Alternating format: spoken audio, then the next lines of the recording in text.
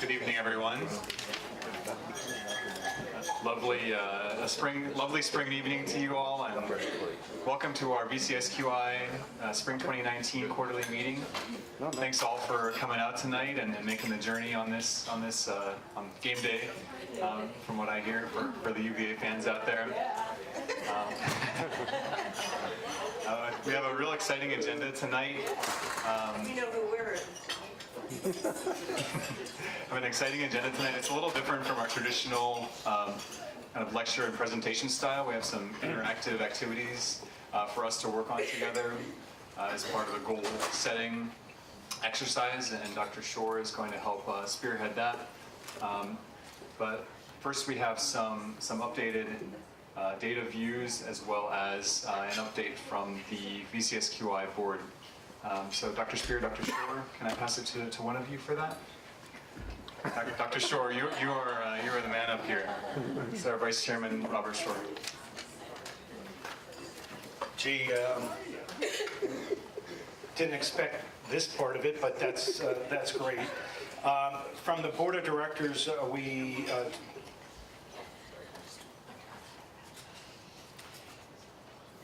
there were a number of issues. Obviously, some of it is in preparation for the discussion we're about to have about our strategic plan, looking at our mission and vision statement, and getting everybody's input, which is really, really important. We also talked about the fact that we are finalizing the ACC, NCDR, SDS, TVT registry, which is really a huge step moving forward. And so we're about to proceed with that. And then there were some other items that are still in process that we'll update as we have a little bit more information. But that was, we spent a fair amount of time as to hopefully what will be a meaningful exercise for everybody moving future and forward. Did you want to introduce Sherry? I think we were going to go through, before introducing our new colleague, Ms. Sherry White, we actually have some data slides to work through, some operations updates with regards to our ACE angiogram reviews. So ACE is the Accreditation of Cardiovascular Excellence. Their executive director is here tonight, actually, Peggy McElgun, in back, and we'll pass it to her for a brief intro and some Q&A in a minute, I think. But we had some review of our first angiographic images from ACE, from a couple of our programs that we wanted to go through, and then and we wanted to open up the floor and understand a little bit more about the process of of those reviews, and get your feedback on what's working so far and what we need to do going forward. You want me to go through? Yeah.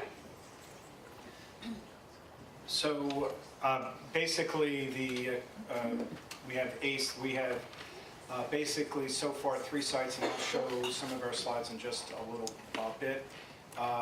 We've had 98 patients and 164 lesions reviewed. We have, there's about a 92% overall success rate.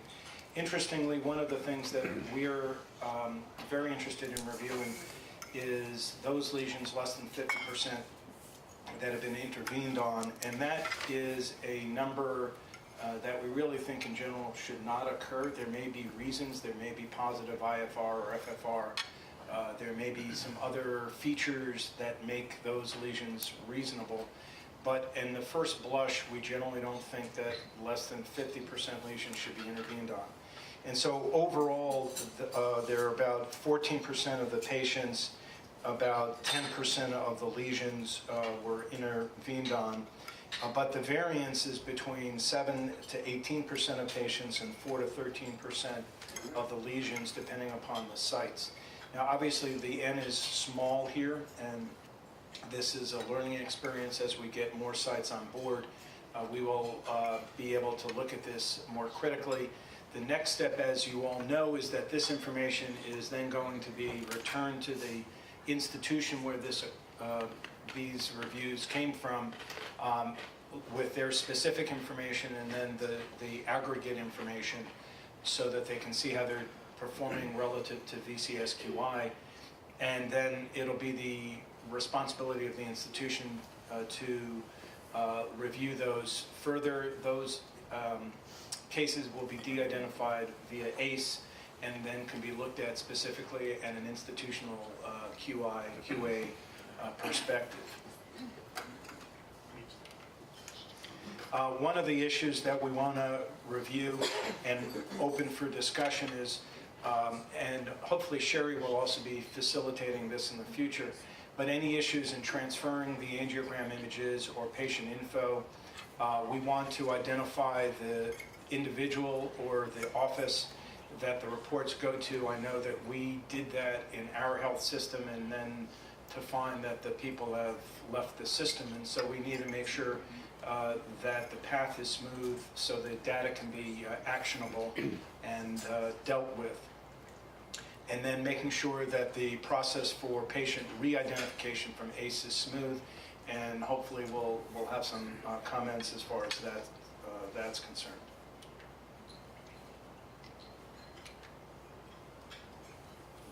Is that just...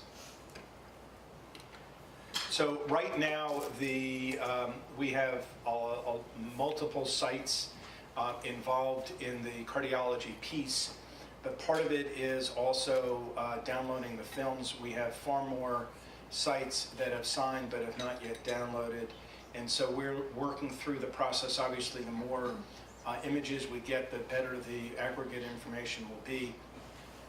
And there are some that have not yet signed the ACE agreement piece of it, and we need to understand where that has fallen through. And there are some major systems, as we were talking about at the table, that have not signed on to the cardiology piece at all. And so when I last did the behind the back of the napkin information, the systems that are participating account for about 70% of the PCI done in the state. So it's a high percentage of PCI that's done, but not all, and we'd like greater penetration. We know that there are always going to be some institutions that that are comfortable with their own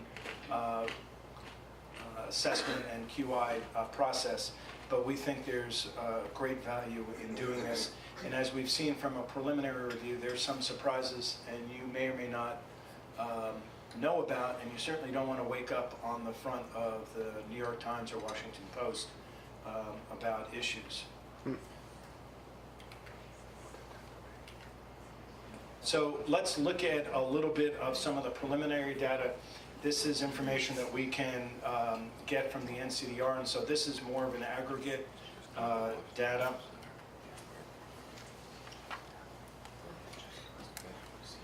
These are the sites involved, and just to give you a proportion of the percentage of cases that are STEMI versus all PCI, some sites have busier elective cases, but this gives us an overall view. I'm not sure why it's going backwards.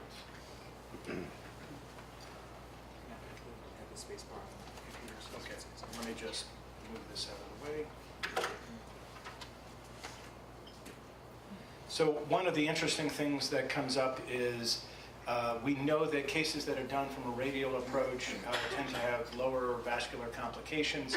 And how are we performing? Because as we want to improve the care, we also want to decrease the variation of care across the state. We want to move towards best practices. And we can see that the variance is quite high. You may have institutions that are 90 or certainly 85+% radial, and you can see sites that are 90% femoral still. And so we can learn from these experiences as to how we might be able to improve the care. And again, one of the things we've talked about from the surgical side is identifying best practices and what are the processes that allow you then to get to that better spot. But this clearly has greater variation. I would personally love to see all of these almost all blue. And it is kind of surprising to me, frankly, because you talk to people what percentage of cases are you doing radially? Oh, we're doing 70 or 80%. This data does not bear that out. We also look at adverse reaction or adverse events, post-procedural, and again, there's great variation. One of the questions that came up was, are we somehow recording the data differently? And one of the beauties of this organization is that all the data managers get together and make sure that they're reporting things in a consistent manner. And so this is an opportunity for some institutions that may have higher post-procedural events to look at it more carefully and maybe understand why their percentages seem to be higher versus one that's lower. And certainly if it's a reporting, documenting thing, that's one thing, but there may be some additional things to do. And one of the things we'll be looking at is radial versus vascular access. Were you raising? Well, I was just going to point out that this is a work in progress, as Eddie knows. I've been working very closely with him. This does not match the NCDR data. So we have to work on how we're pulling the reports as well. That's all. So it's not just data abstraction, but actually how the reports are run.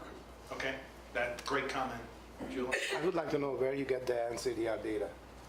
From the NCDR, I have it right here. I can show you how ours does it. 5.0? 5.0? Huh? The 5.0 report? Version 4, just to Pardon me? Yeah. This is version 4 data. Yeah. Version 4 data. Okay, 5.0 data doesn't exist in report 4 yet, as far as we know. So these are No, we important. have 5.0 data now, but that's not what that is. That's 4.0, and I have our 4.0. No, I data understand. here. I'll show I understand you that it that. doesn't match. Oh, So your point is well taken. We want to make sure that the data we're using is accurate data. And so that kind of verification is critically important as we move forward. But even so, it does show that there's greater variation than we really are looking for, and trying to identify opportunities for improvement. Interestingly, we've looked at the transfusions in PCI cases, and there's a tremendous variation. There may be explanations. I know that when we've looked at it at some of the institutions that I work at, someone may come in profoundly anemic. They may have been going to get a transfusion regardless. They may be actively bleeding for some other site or whatever the explanation might be. And so looking at this information critically, the overall is about 1.7%. Is this inpatient and outpatient that are? Yeah. Yeah, this is, well, if they're getting transfusions, they're going to be inpatient. Yeah. But This is all PCIs. this is all PCI Yeah. from the NCDR data. NCDR, you can look at inpatient and outpatient, but it's aggregated. So this was just a risk-adjusted bleeding rate. Again, is a little bit higher, but there's quite a bit of variation. And as we delve deeper, this will be opportunities for the cardiology piece to be able to look at it a little bit more critically, and how we might initiate practice improvement and then test it to see how we can improve across the Commonwealth. Again, looking at AKI, it's about 6.3%. The definitions, of course, for post-procedural AKI are changing, but nonetheless, there is a fair amount of variation from as low as 0%, if you can believe that, to 3.3% up to about 9.9%. So there's clearly some opportunity. The PCI cases, we of course are always interested in the appropriate, maybe appropriate, or rarely appropriate. And most of these are appropriate or maybe appropriate. We know from past data that when we've looked at imaging and other from the focus data, that there's probably always about 8 to 10% that may not fit into the appropriate use criteria, but when you look at it on an individual basis, actually would be likely appropriate. But nonetheless, this is an opportunity because of the variation to look at those cases that fall out and make sure that either it's appropriate or maybe a documenting issue. So at this point, did you want to add anything else to comments from ACE folks? You want to pass the... Two quick things. Thanks, Dr. Short. I wanted to go back just to the AUC slide, just real briefly. At our last meeting, we had Dr. Greg Deemer from Carilion, who gave a great talk on appropriate use guidelines. Just wanted to see if you had any thoughts on this one, put you on the spot here. Well, the first thing, I think what John said is that AUC criteria are written in such a way that they cannot possibly consider every variable that goes into the decision about whether to do or not do a PCI. If you look carefully, there are important metrics like age, gender, LV function, and I could keep going. So as much as we have invested in the AUC criteria, they are not perfect. So the first thing that I look at when I look at that graph is the one that's on the far right side, where there's no cases, 100% of the cases are appropriate. That raises a red flag for those of us that have immersed ourselves in writing the AUC document, because that's almost unachievable the way the criteria are written. So, you know, there are some, there is a need to more carefully adjudicate, you know, the ratings. And it's changing, you know, when version 5.0 comes out, and that's what they're struggling with, is to get the algorithms all written to appropriately have your actual data reports calculate the AUC, as opposed to just somebody looking at it and say, yeah, the case I did, of course it was appropriate. So, but I mean, it's encouraging to see that for the majority of the hospitals, their rate of rarely appropriate cases is really quite low. Be interesting to look individually at the film reviews that have been done and see how that actually correlates. You'd have to know the denominator, of course, to understand that. But. So it's interesting because we have about 97% are appropriate or maybe appropriate. And yet, from our little review of the actual cases, the percentage of less than 50% is higher than 3%. And so there is a disconnect, and that's one of the reasons why I think it's so important for institutions to get involved in the cardiology review, and in particular the ACE review, because what one person sees and another may objectively measure may not always be the exact same thing. And we need to make sure that we're being as honest with ourselves and our institutions on behalf of our patients to make sure we're doing the right thing. So I would really, this is great data, but I really think the other data from the initial review is eye-opening and worth comparing. Do you foresee a time when during the procedure, or as you were signing up for at the end of the procedure, that the computer, the software would then give a red, blue, yellow at the time the procedure's done? Or if there's an indication in the pre-procedural time frame that you would have a not indicated. So as in the previous version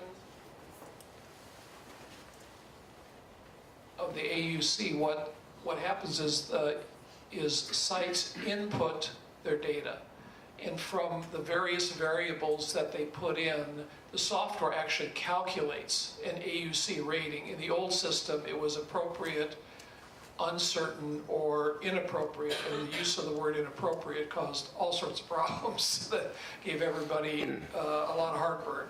And that's why the terminology has changed to what you see up there on the slide.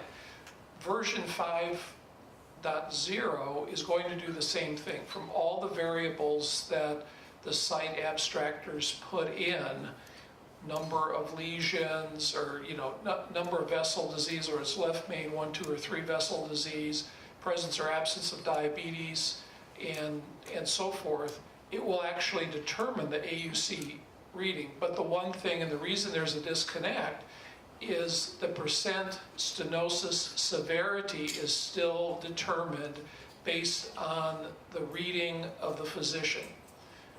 In other words, there's no quantitative angiography component that actually imports into it what a QCA system would actually calculate as the degree of stenosis. So that's a little bit why there's some of the disconnect that Dr. Shore pointed out. But I mean, it is interesting because, you know, certainly there perhaps are people that overread the severity of initial stenosis. That's been known to happen. And that's why there's a bit of a disconnect. And there probably always will be, but it'll be very interesting as all this evolves over the next year or two to begin to correlate what the ACE reviews are telling you on a percentage of angiograms versus what the actual site is determining. I will also add that we are moving more towards objective data with IFR and FFR to document severity before we're intervening. So there may be something in one view that someone sees that says this looks more. They may run the catheter and get an FFR of 0.7 and say I need to do it, but from other views it may look less severe or something. So we'll see how that pans out. I also will add that I've had conversations with the folks in Maryland and comparing some of our data with their data. We're going to look at creating probably a write a paper from that hopefully, and also to apply our criteria to their metrics, which are far more in depth than what we are doing. We're doing what we thought would be a cost-effective screen and see to validate our methodology with that as well. So that will hopefully be helpful. Jewel and then Pete. Yeah, just go ahead, please. Does the core lab do QCA, or how do we arrive? We published a paper 3 or 4 years ago to use QCA to kind of demonstrate the inter-operator variability, and it was with a group in Michigan. It was pretty striking that how many 40%ers were another guy or gal 70%ers. So how do you adjudicate that in the headquarters? You want to comment on that? Well, it's all averaged, of course, but in the reports, the operators are identified. So you can pull out the outliers. So you can see what the outliers are doing and compare it to. But I mean, if ultimately it's deemed to be less than 50%, is that you just sort of take the word of the angiographer, or do you have a set panel that looks at it and says, no, it's not, or hey, we're going to do QCA? We use third-party reviewers to look at all of the films. So they're part of ACE, but these are physicians who have signed agreements with ACE to look at these the films and make determinations on a very specific, what's the word I'm looking for? A very specific pattern, very specific form that they use, structured reporting is what it is. Okay, but it's a visual assessment. Absolutely. And that's okay, but it's a visual assessment on the other end as well. It is a visual assessment. But it also it looks at the reports as well. So it's a visual assessment in addition to looking at the reports, the patient reports are uploaded too. So you look at both. So there is interpretation that happens. And specifically, in a previous life, I actually... You were a reviewer. Yeah, I was. I said in a previous life, I actually was involved with ACE and did some of these reviews. And part of that is at least there was back then, in a place on the film review form where you said was FFR, IFR performed, and Peggy shaking her head that it's still there. So if there is a discrepancy, at least there is a chance to record whether or not the lesion was further interrogated by physiologic measurements to determine its presence or absence of significance. And something to know is that when the reviewers are looking at all of the films, if there's something that pops out that's unusual or there's something that isn't right per their assessment, we dig deeper on it. Mm-hmm. So it's not just left and assumed Sure. one way or another. So just one addition to this, that in our software, it's used by VCSQI to collect all of the information. There is specific extract available to export the data out for the maybe appropriate, really appropriate cases containing all the 64 variables and run a report which one are declassified at or classified at that particular category. And it's very complex. We cannot do that for 5.0 because we don't have the algorithm yet. But in hybrid software, there is a report and extract options available. I will talk to Sheila to help you, Eddie, to identify those cases and create some special report. Cool. Just gonna say another thing. This AUC that version 4 was based on was outdated. It was outdated prior to this report.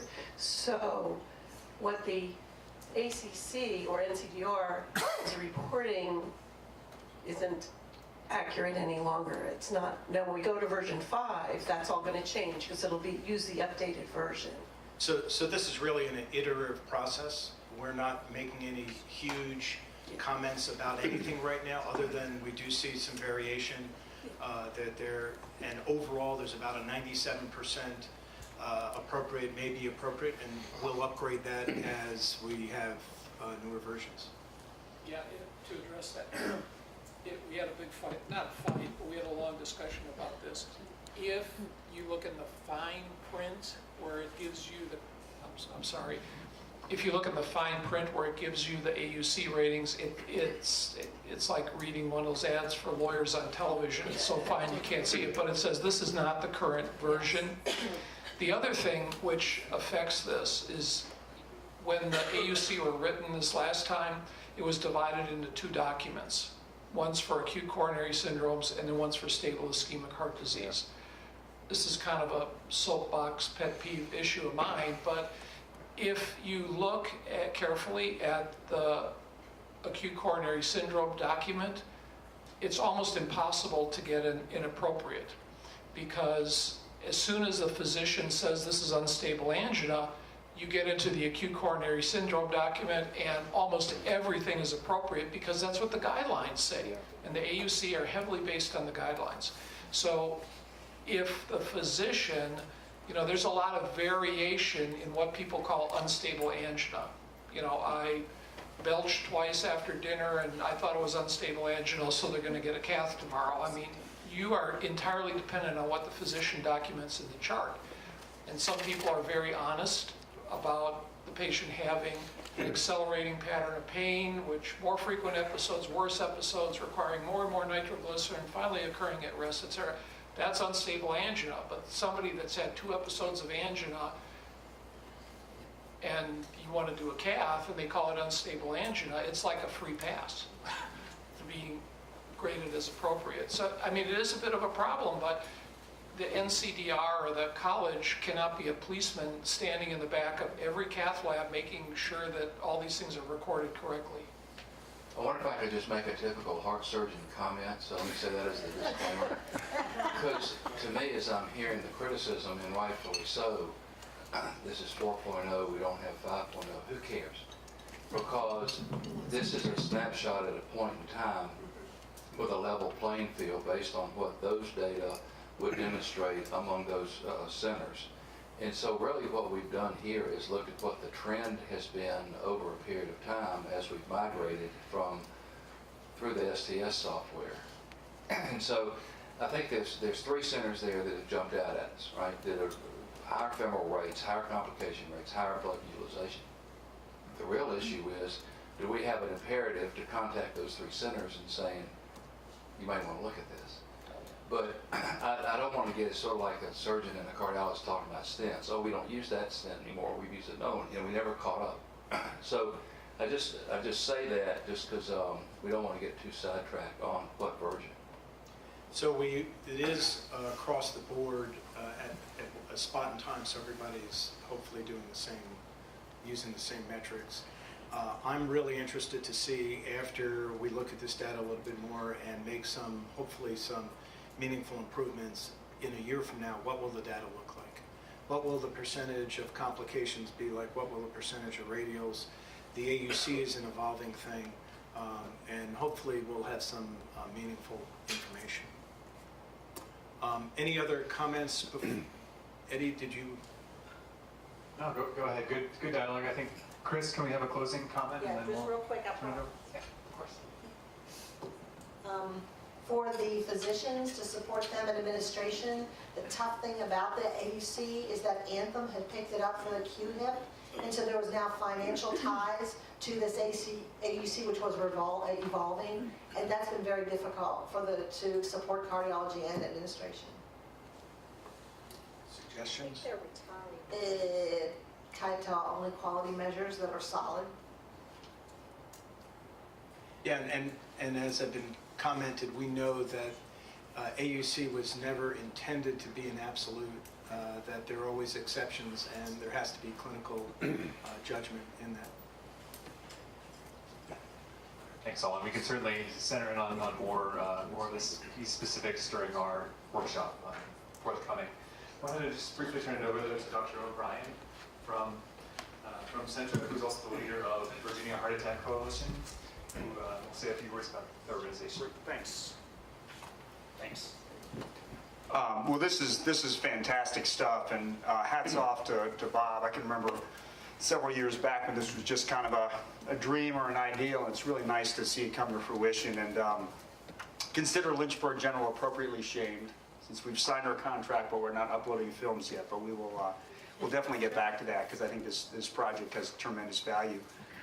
If you like this sort of thing, I want to put a plug in for a very, very exciting meeting that is coming next month in Chesterfield, Friday, May 17th, which is the Virginia Heart Attack Coalition's annual meeting. I was here in front of this organization probably 4 or 5 years ago and talked about VHAC, but for those of you who don't know, I'm one of the co-founders and currently one of the directors of the Virginia Heart Attack Coalition, and what we are is a voluntary statewide organization that aims to improve time to reperfusion and really acute MI care across the state. And I will sum up a decade's worth of work and progress by telling you that when we started, the time from first medical contact in the field to an open artery was about 95 minutes, and we're now down to about 74 minutes. So I think that we've made huge strides, but the work is ongoing. So just to kind of put in a quick, Eddie was nice enough to let me put in a shameless plug for our meeting. It really is, I think, kind of exactly what a lot of the stakeholders in this room are talking about, which is looking at regional and statewide data and using that to drive change in patient care. But what makes it such a unique meeting is it's a mix of the science and also the quality improvement. So again, if you like this sort of thing, if you like looking at how we're doing across the state, there'll be plenty of that, but we're also going to have updates in the science of cardiac arrest. Joe Ornato is going to give us updates on, again, cardiac arrest. Dr. Tarani from Inova is going to be giving a state-of-the-art talk on cardiogenic shock, and we'll have updates in STEMI care.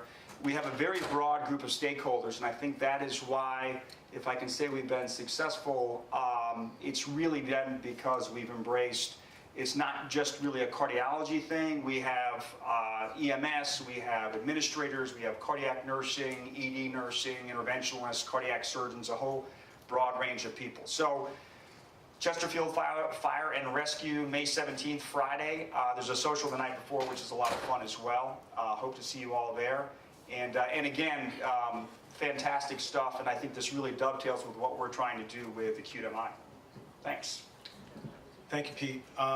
Just to put in another plug, Pete and Mike Contos were the physician drivers for this. Mike is on the board of VCSQI and the current governor of the Virginia chapter of the ACC, and it was supported heavily by the chapter to create this, and really kudos to Pete and the group that have done it. It's really remarkable. I will also add that at the board we talked about greater collaboration with VHAC as well to engage more stakeholders in the process. One other piece on VHAC before we move to our next section, just a brief plug for a conference call that we've set up with VHAC as well as ACC and AHA with regards to their chest pain MI and go with the guidelines registries. We've had a call with these organizations every 3 to 6 months with our database managers just to address any questions and changes and experiences that everyone's had since the database is split. So that's scheduled for Monday. Let me know if you want to invite for that as well. Eddie, sorry, I'm probably loud enough. One thing I forgot to mention, if you're interested in the meeting, our website is virginiaheartattackcoalition.org. There's a registration link, so, or stop me and I can get you more information. Thanks. So the next section really looks at where are we, where do we want to go in a strategic plan perspective. This is not your grandmother and grandfather's VCSQI. It's gone through tremendous changes and evolved over the time to meet the changes in our landscape, healthcare landscape. I can't imagine that 10 years ago we could have even envisioned having a cardiologist as vice chair of the VCSQI, but yet here I am. And it really speaks to the growth of VCSQI and the amount of work that's been done by everybody here, and particularly Alan and Jeff and the surgeons, building on the shoulders of giants. That, however, raises an issue of how do we adapt and change, and to make sure that our goals, our vision, our mission are in line with the future. And so as we try to create that shared vision, that shared mission, and those shared goals, we want to begin the conversation tonight.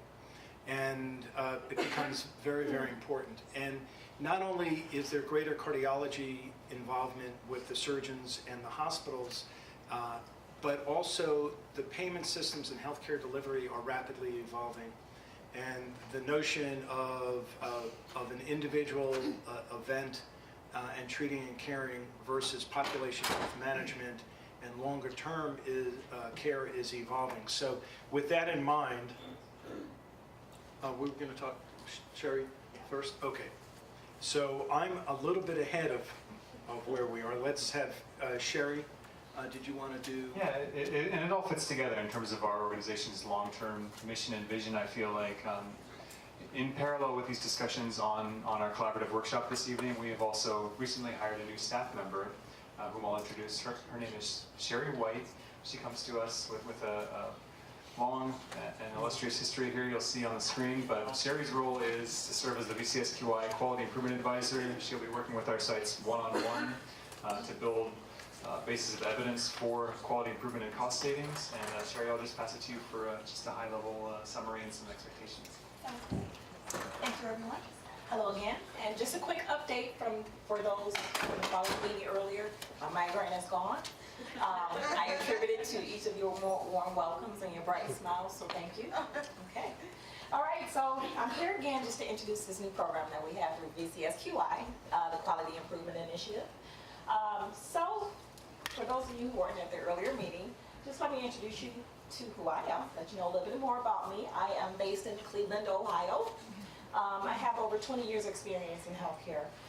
2 of our 3 major healthcare organizations in Cleveland, Ohio I've been a part of.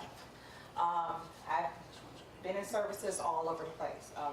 Administrative, operational, ranging from anesthesia all the way up to physician leadership development.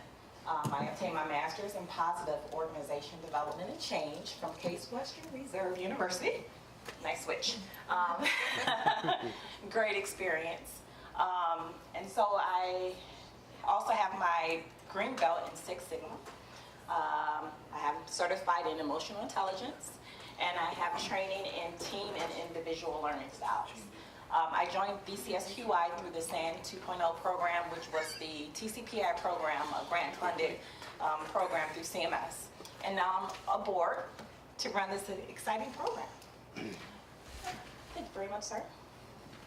Okay, so just to give you a very high universe level overview of what this program entails, or what more about my role. So let's think about this in a sports type of term. You know, minus the Cleveland Browns, I can talk about it. But I'm charged with helping to develop and implement quality improvement plans. So if you think of any type of sports team, whether it be hockey, basketball, football, the overall goal or the desired outcome for all those involved is to have a great game. What does that mean? You know, you may want to see someone pulling out some famous stunts, do some kind of, hit some type of home run that is just for the books. And that causes someone else to try to top that.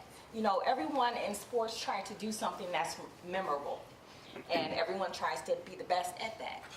So think of this program as a sports team. So in order to do that, or to make our great game, allow me to go into your organizations one-on-one to understand your team a little bit better, understand the complexities, your strengths, and any opportunity that you may have for improvement. And because I would be this unique person, I don't know how I keep it all in my head, but it works. I will get to know each of your intricacies, and I would be able to fill in those plugs for you, fill in those blanks to help you improve your line of service or those quality measures, if you will, so that we are all performing at a high level, because that's what VCSQI wants, to deliver exceptional quality care to our patients and show outstanding outcomes. So in that regard, I will coordinate the plays, leverage your strengths, and facilitate collaboration. I don't know if I have any more slides up there. Nope. So in that regard, just a few expectations. Of course, when I meet with each one of you or your facilities one-on-one, I would love to hear your expectations of me. But one thing for sure, you can definitely be sure that I will make you laugh and have fun in doing this. But one thing that I will need from you, whatever, I met with a few of you after an earlier presentation, you all have a lot of wonderful ideas, and you already have those expectations laid out for me. So if there's any initiative that you want to kickstart in your organizations, put me in front of that person or the persons to help make that change happen. I would need some, you know, I'm very conscious of all the hats and balls you're juggling. I do not want to add any additional work onto your plate, but I want to help. But I would need to have a conversation with you, whether it be once a week, twice a week, once a month. Be there for me if I have any questions, just to help me to shape the new vision of your organization or your practice, if you will. And let's have fun with this. Do you have any questions or concerns for me? Okay, thank you very much.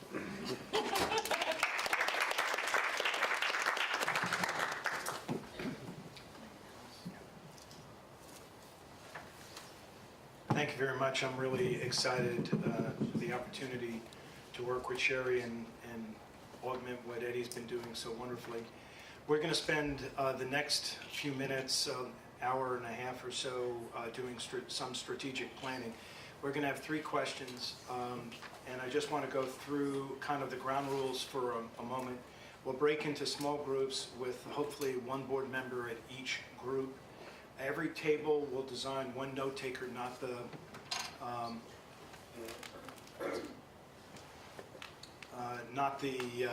thank you, board member. And there'll be 25-minute sessions, so you'll talk for 10 minutes. Then whoever's taking the notes will go around to the 5 different groups, and someone will present kind of the thoughts for the over a 3-minute period. Eddie and Sherry will capture all of the comments, and then we'll kind of aggregate them.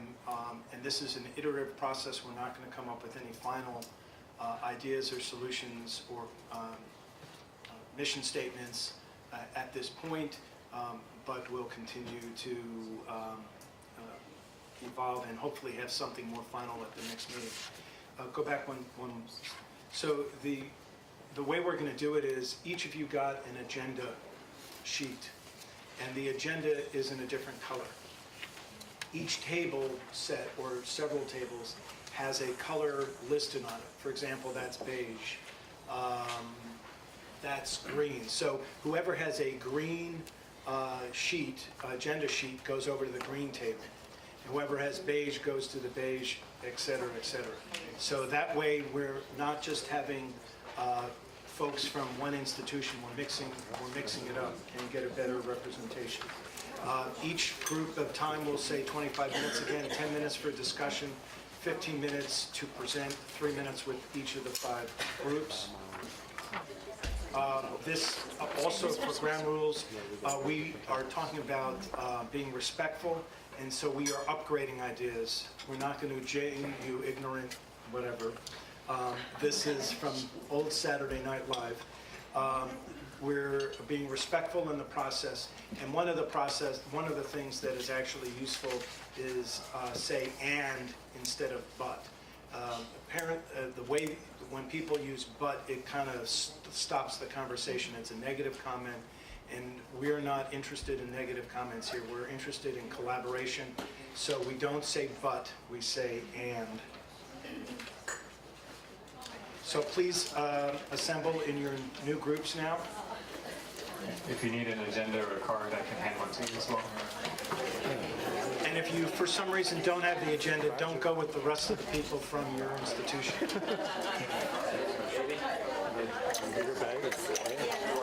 Now, the first question is, the first question for folks.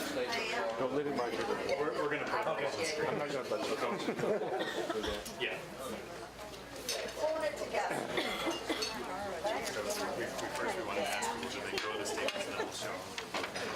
And then we'll start. Yeah, it'll be 2 tables. We're probably not all going to fit at one table in the groups.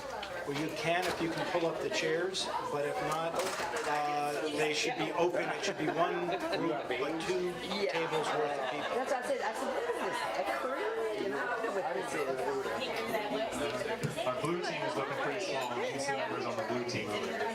And if it looks like some areas, Kathy's the only one on the think table.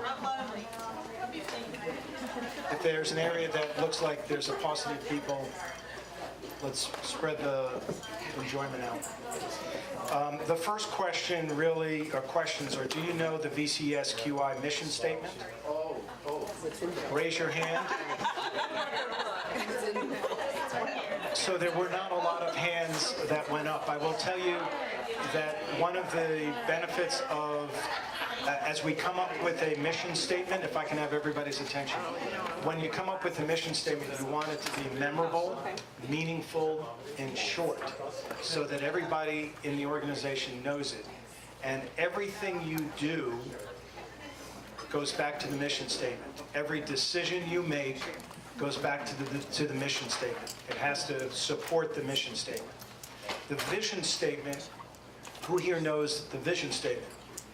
Will I be surprised because we don't have one yet? We did develop one, a proposal from the board, and so we'll talk about that. But the vision statement is more your big, audacious, aspirational view of the future and where you want to go. And so the first thing is, I'm going to show what we have written down as an offer to all of you for the mission and vision statement, and we welcome the upgrades that you will provide to these. So a starting point as an offer for the mission was continuously improve cardiovascular care, patient experience, and value. And the vision we offered was optimizing heart care outcomes through regional collaboration and innovation. Other people, think about what you want and how you want to change it and upgrade. But these are just some starting point offers for everyone. So we're going to talk at the tables for about 10 minutes, have someone designate as the note taker for each of the 3 sessions, and then we'll present it. Thanks.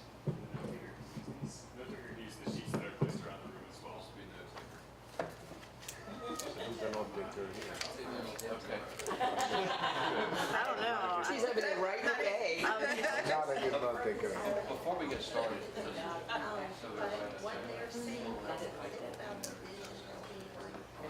Okay. So first of all, who's going to take the notes?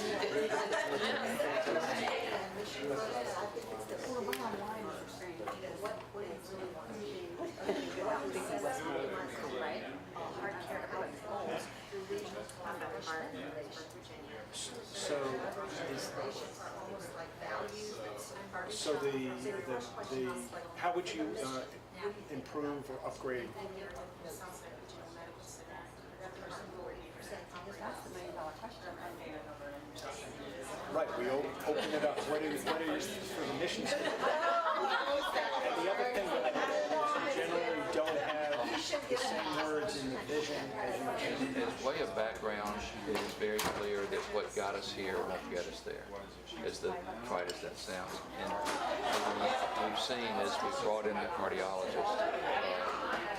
That's one part of the civil. Secondly is that our database managers and coordinators and administrators have assumed far more roles and far more input into how we work and who we are. We haven't heretofore had a forum where that can really be heard and collaborated. And it sort of came to us that we needed to just do a course correction.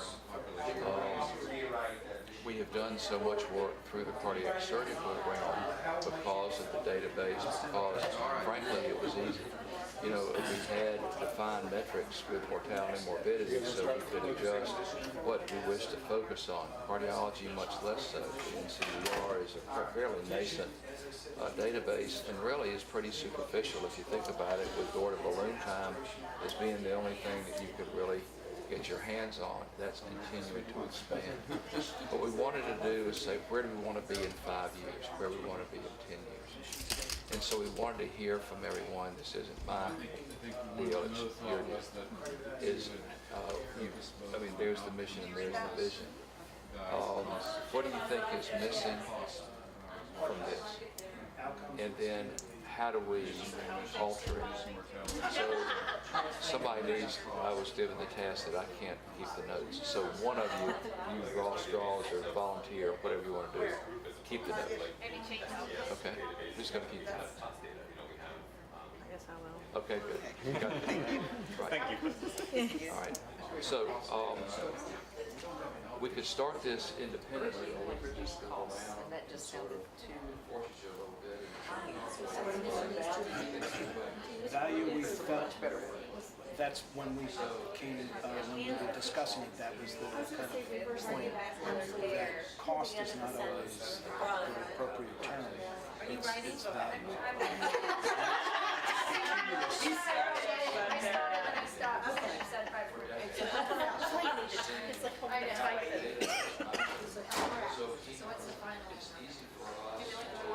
Do you like continuous?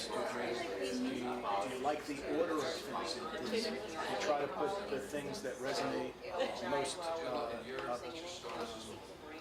front? What is, in your experience, what is, you look at the mission? I think those are the top three. Do you feel that that has been what you felt or seen happen? And if not, what would you think would be? Is there a different term for patient experience and value?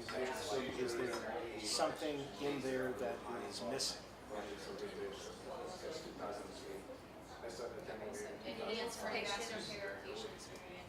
Very frequently, that the intention of this group has been always, without any question, was the focus on improved cardiovascular care. There's no question about that. And I addressed this issue in many times in other places, that this is an organization which is way out of any others in a way with approaching the issues. And Michigan is very active as well, but I think this is the place where many parts of your organization imparted this from the beginning, from many years. So I'm going to push it a little bit because we've only got a little short period of time. So do you feel like that the mission statement is, in your estimation, is it complete or incomplete? One comment that has come up What would you? is that the wording in the mission and the vision statement should not be the same. So if you, for example, we were talking about outcomes. Outcomes shouldn't appear in both. You should have the term in one of them, but not both. Just to use that as an example, it could be any of the other terms. And again, the vision, the mission is what drives what you do. the vision is where you want to go and the big audacious aspirational goals. So I'm sorry, you were saying. So I think that I mean, so it's got to be something big and bold, because then you're always aiming at that. And so, like, for our organization, our mission is that we exist to improve the health of the people in the communities that we serve. Pretty broad. That sounds like brilliance. Right. Well, they're all right. So, but in your mission statement, that just, it can be pretty short. And it's just, why do we exist? You know, why do we exist? What's at the core of what we do? Reducing cost, variability, and outcomes are sort of the tactics or the strategies that you put in place in order to achieve your vision of where you want to get to concretely. The mission is why you exist. That your vision should be come here because we want to not an action organization. So this one should be action, this one not? I'm looking at the vision that we can. So the mission you do, but the action is what you want to be. Right. Would it be, are you saying it'd be optimized? Optimized. Oh, so you want to optimize, not optimizing? And that's one. Yeah, optimized. There are non-Virginia groups that are. Do you think it needs an extra word? So it's like East Carolina. They wanted us to change the wording or change. Like we got here. Usually start a thing like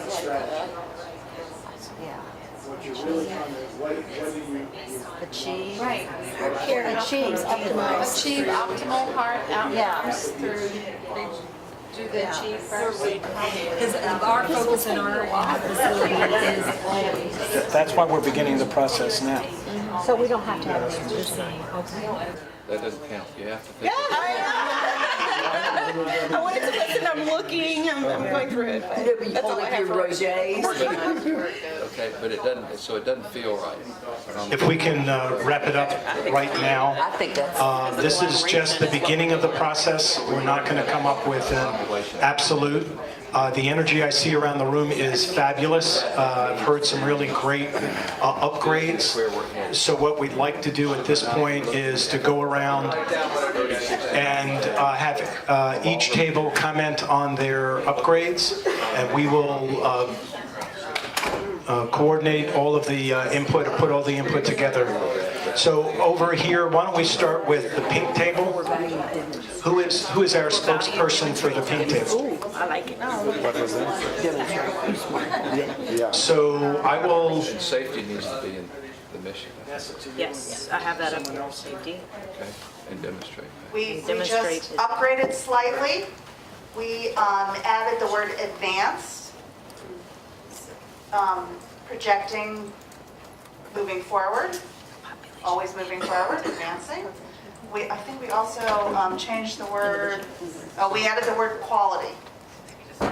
So it says continuously advance quality cardiovascular care, patient experience, and value for the mission. And then the vision, optimize cardiovascular quality through regional collaboration and innovation.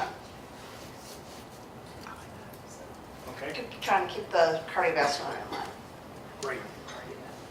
Are there any other comments from the pink table that want to add some additional comments to that? Thank you very much. That's great. And Eddie is furiously typing. So the blue table. So at the blue table, we kind of just strayed from what was existing and just gathered ideas. So we talked about some of the things that drive our participation in VCSQI, and that's reducing costs and also reducing variability in CV outcomes. There's definitely a component of knowledge sharing and collaboration. And then started going back into just looking at, what does that mission look like now?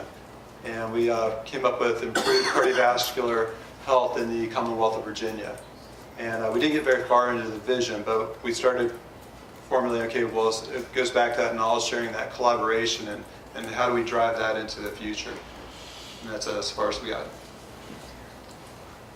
Great. Any other comments from folks at the table?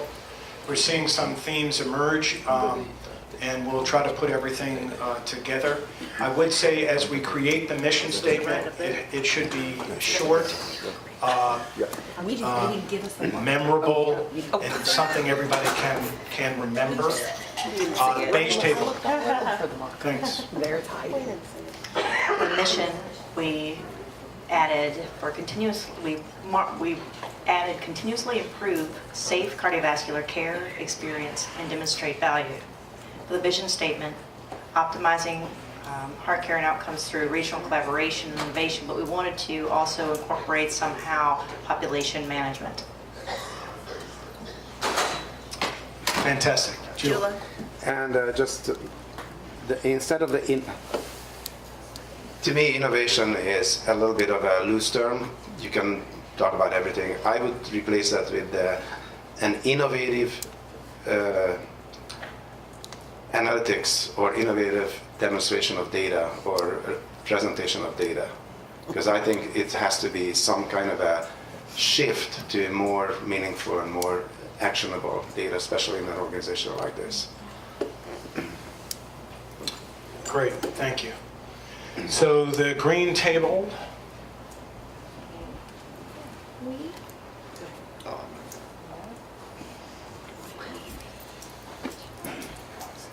I took some notes, but Okay, this is what, we really didn't change the mission statement, but for vision, we had two choices. Maximizing heart care outcomes through regional collaboration, innovation, and research. Or optimizing healthcare outcomes through regional collaboration, innovation, and research. We really only changed one word and added research. Great, any other comments from folks in the green table? So the yellow table, you're the spokesperson, you go. So for the mission, we did enhance cardiovascular care, patient experience, and value through evidence-based quality improvement. And then achieving exceptional heart care outcomes through regional collaboration and innovation. Fantastic. Anybody else at this table that want to add any other comments? There's a lot of similarity that we've seen, and what we'll try to do is come up with something that incorporates all of these in the statements. Sure. Noticeably absent is education from all of our input. And I'm struck as time is going on, just the previous comments that we had before about we're educating ourselves, we're educating those that have come behind. And so with our participation with the residents here, in particularly, but not just them, the new database managers, the new cardiologists, it's a different way of thinking. And have we really done as well as we can with carrying that message to such education, mentoring, and those types of approaches? Great comments. Those can be included in mission vision. They can also be, because they're foundational, can be included in our goals. Might be education or something of that nature as well. So this is our work list. We will look at this, put things together. Any other comments? Yes. Are you planning on opening up to other institutions outside Virginia, in addition to us? We've been very fortunate to be a member. Right. Right. So the answer in our big audacious vision might be to, in an expanding regional collaboration, we might want to add that. Might be something to include. Great comment. Any other comments, additions, upgrades? I appreciate that question because I think that's something that we all ought to look at more. But I'm also struck as time has evolved that a regional sentence what is a region? It can be the eastern region. North America can be a region. But I guess my point is to not be so obtuse about it, is that we have seen the failure to engage on institutions even within our region. Conversely, the intent is to carry the message, I think, and I could be off the wall here, but through like-minded and others that wish to have the same goals, the same mission, the same vision. So should we be limited to the Commonwealth of Virginia? Obviously not, because there are those that aren't doing it in the Commonwealth of Virginia. So whether it's in North Carolina, Maryland, they've got their own deal. But I think it's, and with all of our IT abilities, even within North Carolina, it's great to have everybody here in the room, but we're going to have opportunities of doing this electronically that folks can participate virtually. So that's another discussion. I think putting expanding does give an aspirational element to it, which is really what from my experience, the vision is supposed to lead you to the future. And personally, I think that resonates with me. Okay, so this has been a great first session. So the next is, what are your core goals? This might be collaboration. It might be education. It might be whatever you think are the core goals. So at this point, what I'd like to do is ask each of the tables to go around and think about what are the core goals of VCSQI. As part of that, we want you to review, what do you see the purpose of VCSQI? And so these all go back then to the mission and the vision, but what are the core foundational elements in order to achieve our mission and our vision?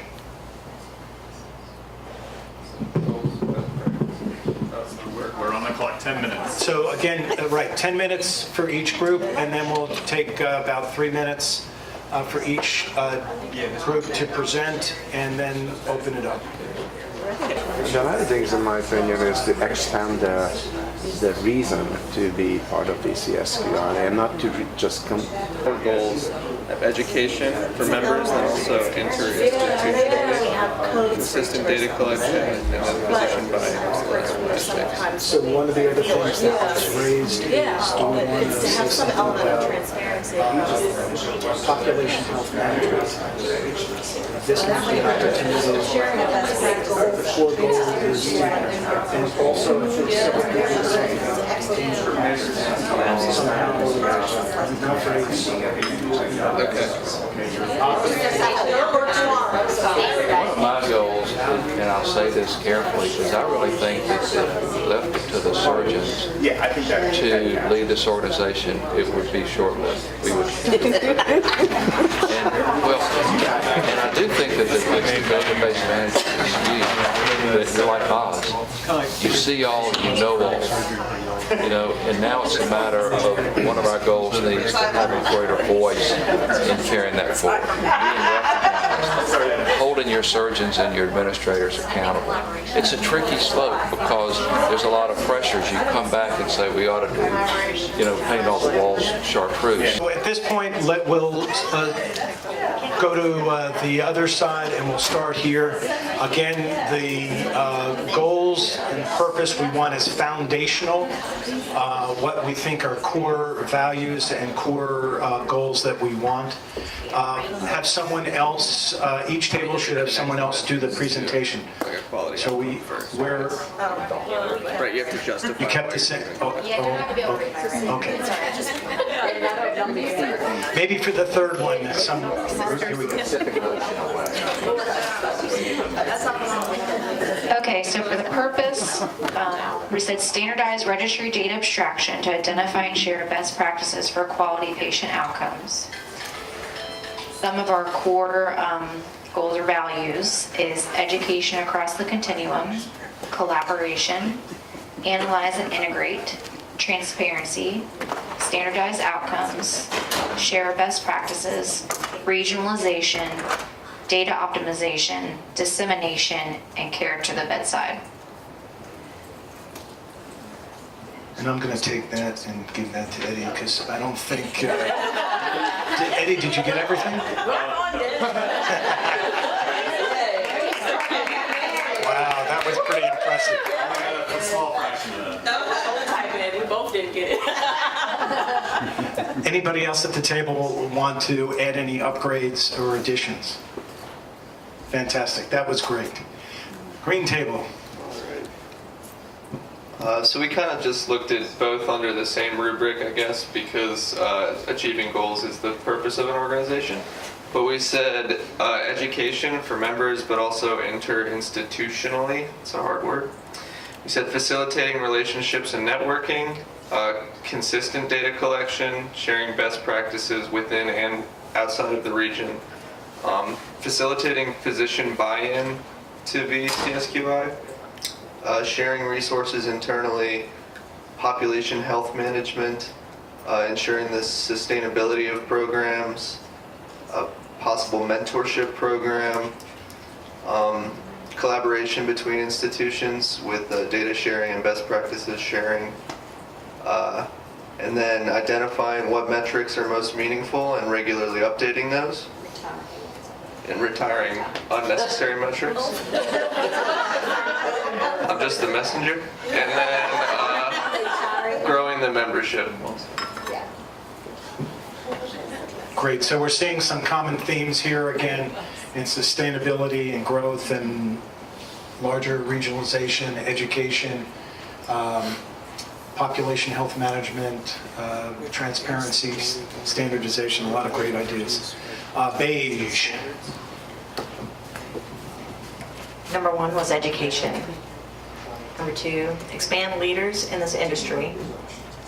We need to lead this country by demonstration. And technically, we really do that already in the Commonwealth. And actually beyond the Commonwealth, because we include Maryland and North Carolina. Recognition for data managers to have a voice and be heard. Empowering communication internally and externally. This drives care. We need to collaborate better and communicate better within.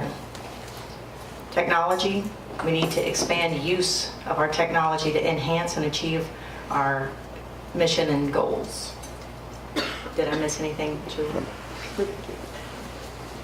Great. Any other upgrades, additions? Fantastic. Okay. Now, some of these may be tactics, but we'll separate everything out later on. I think this is wonderful. Belush, speaking for Belush. Okay. For the purpose of VCSQI, we came up with merge the disciplines of cardiology and cardiac surgery, optimizing patient outcomes across the disciplines of cardiology and cardiac surgery. For the core goals, we came up with reducing cost and variability, and measure the progress through trending and shared data, and finally, using data to make meaningful changes in care. Great. Any other upgrades from this table? Additions? No. And finally, Pink, who is... So we put our goals and all this together. So the first one is education. I think that's been kind of the first across the board. Research and dissemination, benchmarking, sharing information, data, and practices, improving quality and performance, cost effectiveness and value, collaboration and networking, having a support network, having a shared community, engagement, spurs to take on new challenges in a safe environment, and innovation through collaboration and evaluation. Fantastic. This is a lot of food for thought. A lot of the themes have been repeated, and we'll try to group these and present them back to everyone at a future meeting. We'll try to do some of the homework after the meeting and give it back to everyone. Okay, so we have continuously improved cardiovascular care patient experience and value. These are some of what we started with. Under core goals, we had clinical outcomes analysis, reduction of complications, reduction in cost, sharing experiences, protocols, and best practices. These are things that we're all going to upgrade based on the information that we've got here. Again, we want to do it in manageable bites and meaningfully. So the next question for everyone, and maybe someone for tables that have the same person, if you want the same person to present, that's fine. If you want to switch out, that's fine too. Where do you want to see us in the next 3 to 5 years? What do you think we need to do to make us a better organization? And what aspirational goal do you want to do? Do you want VCSQI to be US CSQI? United States Cardiac Services Quality Initiative. Is that the aspirational goal? Or, how do you see it in the future? So in the next 10 minutes or so, let's talk about these, and then we'll come back in a few minutes. Filling stuff out, I think. Let's maybe start with Paige now, and we'll go back and forth. Just to kind of enjoy the middle all the time. Yeah. Great. For our VCSQI 3 to 5 years, we talked about possibly parallel tracks so that different data managers, like for the ACC versus adult cardiac, nobody sitting around the board, embrace cardiology folks, incorporate structural heart, which is a passion of my own, so that we can include that data management information, and hopefully, I pray, that NCDR will open that up to ARMIS soon. Fundamental shift by enhancing technology use. Aspirational goal is offering out to other states, and population management as cardiovascular overall versus specific registries. Fantastic. Any other additions, upgrades from this table? Okay, let's head on over here. And blue, who's going to be doing blue? Okay, we had common understanding and sharing of data across both VCSQI and CathPCI, harmonizing cath and surgery, comparing between institutions, unblind the data, get cardiology where surgery is now, with their work with VSQ, sharing the data and making improvement across the state. More research from VCSQI for cath, like surgery, wider footprint across state and the nation, ability to have cost data across inpatient and outpatient, as well as employed and independent practices, expanded focus on population health, and increased participation by key stakeholders like administrators, physicians, etc. And develop website like Washington has. It's called COPE, see? On the public report. That's fantastic. Any other additions or upgrades? Okay, pink.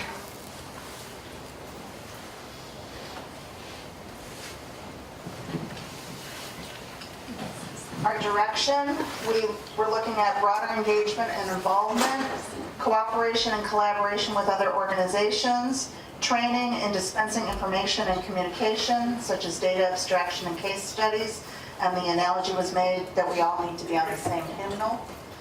So an aspirational is greater transparency, patient-centeredness and focus, and then data in front of a broader audience. Fantastic, that's great. Upgrades or additions? Okay. Why don't we go to green?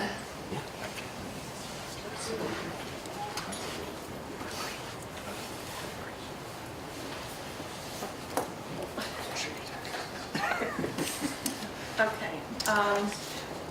We did the aspirational goals for the next 3 to 5 years. We did 100% participation of hospitals in the region to expand our region, certifying and coding data manager duties and scope of practice, to try to get a more standardized data collection protocol. Also for standardized data, mentorship program, system and group for institutions for new data managers, and possibly develop a data manager handbook. Great. Comments, additions, upgrades? Super. Okay, last but not least, yellow. So for directional, it says successful integration of cardiology.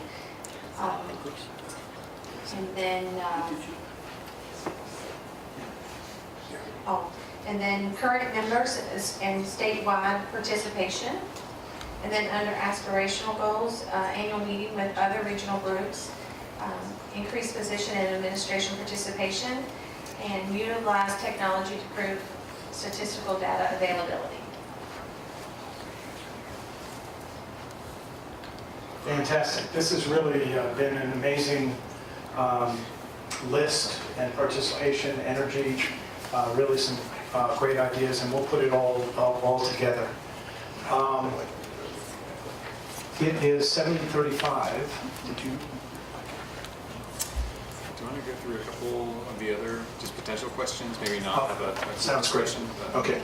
So a couple other questions for the future, and they play into kind of what we've been asking you, is what are your expectations for the organization? And as we move forward and go over mission, vision, core values, and then the goals, we'll need to talk about tactics and metrics. And so how do we select the new quality metrics and projects? Asking each of you, what do you like best about VCSQI and what do you like least about VCSQI? Because this is a member organization on behalf of our patients and institutions. And what upgrades can we do as an organization?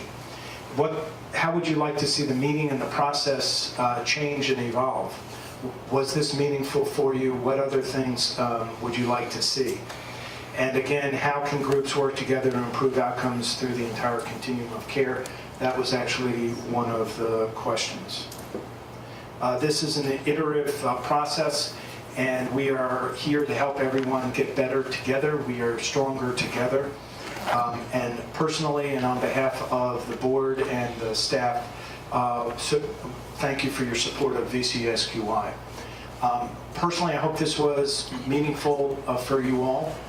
I think it was really helpful for us to get a feeling and gauge the active participants in VCSQI so we can identify opportunities for the future. Alan, did you want to make any comments?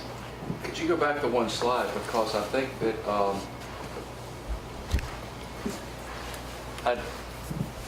I wonder if we could send that out. I think we probably everybody's reached the end of their creativity, but I would like to personally,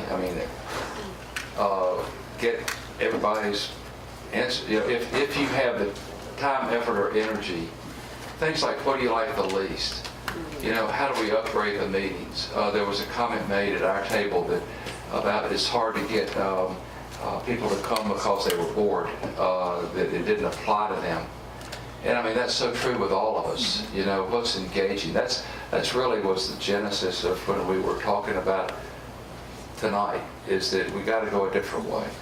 Because I'm human like you. Some nights you think this was the best thing, that I'm very inspired and want to do more, and other nights it's like, golly, hadn't we talked about renal failure enough? So, but the expectations, what you like least, what grabs you, that would be great. Because it's not just a couple of us that are coming up with all this, it's you.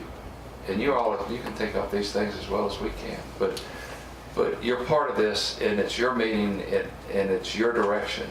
What do you want? And that's really I think what we were trying to get through this. But these are as important, at least to me, as I think the other questions as well. Yeah, Eddie's going to send them out, so we hopefully will get everybody to spend a few minutes filling those out.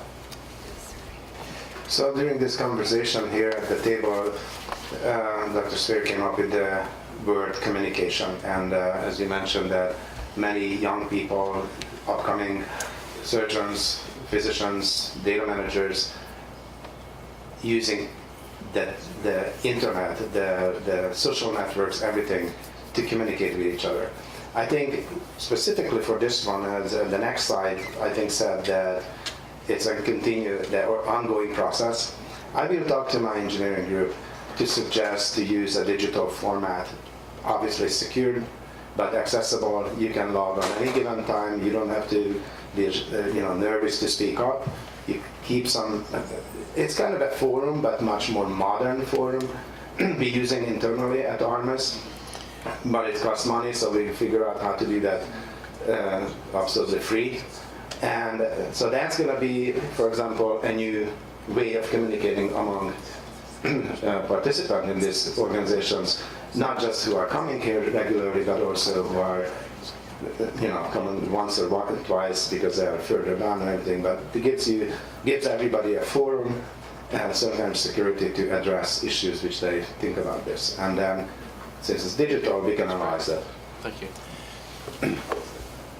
One of the questions I was just asking Eddie is, what kind of communities do we have within VCSQI? How do we have listservs? Do we have Twitter accounts that are group accounts, or Facebook or something else? And so as part of the suggestion is, how can we do a better job communicating? What kind of community within VCSQI would you like to see? And then we can see how we might be able to operationalize that. Anybody else want to add any closing comments? I do personally, I think all of us want to know how we can make this process better and more helpful. So please sharing your comments with us as we move the ball forward in our big aspirational goals is going to be critically important. So thank you. Eddie? I thank you and Dr. Spear and Julia said it as well as could be. This is an iterative process. We're all in this together. VCSQI is here to serve your goals. So it's a challenge. It's a team effort, and I think we can all do this as a team here together. So. Sherry, did you have any? Sherry, yeah. Just insight. This is half the battle. You're here. You're being vocal about what direction we should go. I mean, this is awesome. I'm looking forward to the next years to come, and it takes us all, So thank you all for being here. Thank you all for welcoming me, and I'm looking forward to working with each of you. Have a safe drive and go Cavs.